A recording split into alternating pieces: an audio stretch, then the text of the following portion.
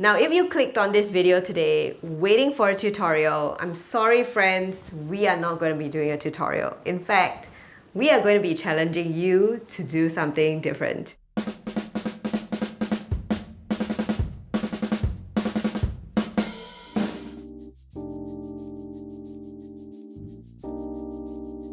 You see, all these pieces of work, they did not come from a tutorial. It's really about knowing how to apply what you are doing and putting it onto paper. Now, I want you to see how long I took to create this, and I'm also going to walk through with you the things that I have actually applied on paper so that you get to see it come to life. This challenge is going to really help you to begin to not only think about the way you paint, but see how things evolve as you are experimenting. I want you to start to take everything you know in your head and put it on paper. And yes, it's scary because no one is going to tell you what you're going to be doing. What I'm going to be showing you is how I'm going to be painting imaginary flowers. Flowers in my head and putting it onto paper. So if you've been painting flowers for a while, you would already know exactly how, flowers look like. The 5-petal flowers, any flowers that really tickle your fancy. So if you're ready, I would love for you to get your space ready. That's the first step. I'm going to be using my 100% cotton paper. I'm going to put it out there because you are going to see why my effects look the way they are because of the quality of the paper that I'm using. So if you're ready, sit back, relax, and enjoy my painting while I take you through all the different things that you're actually seeing so that you can begin to not only paint what you see on a screen, but become a creator instead of a learner.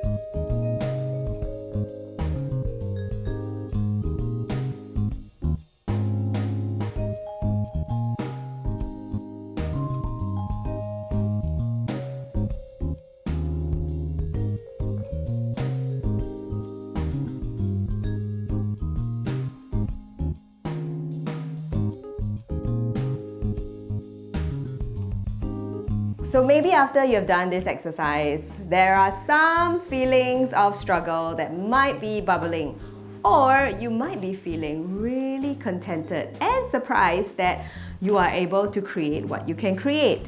Now, this is the thing about overthinking. Many of us think that we need to perfect the outcome.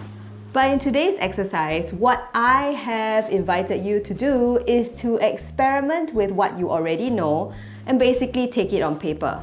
It does sound simple, but really, I know, it is a little bit tricky. The tricky part is not so much what you know, but really getting over ourselves and trying to apply what we can do. Now, with this newfound confidence, here is what I encourage you to do. To actually spend a little bit of time every day just to play and experiment with floral shapes, paints, and really just be putting paint to paper. My hope is for you to actually see what exactly you can do, because if you are able to let go of the need for an outcome and start to appreciate the process, you are going to start to be able to create paintings that you feel good about and put up on your wall. Thank you so much for joining me today. I am so excited and I feel privileged that you have made the time to do this together with me. Let me know in the comments how this felt for you, because I want you to know that you are not alone.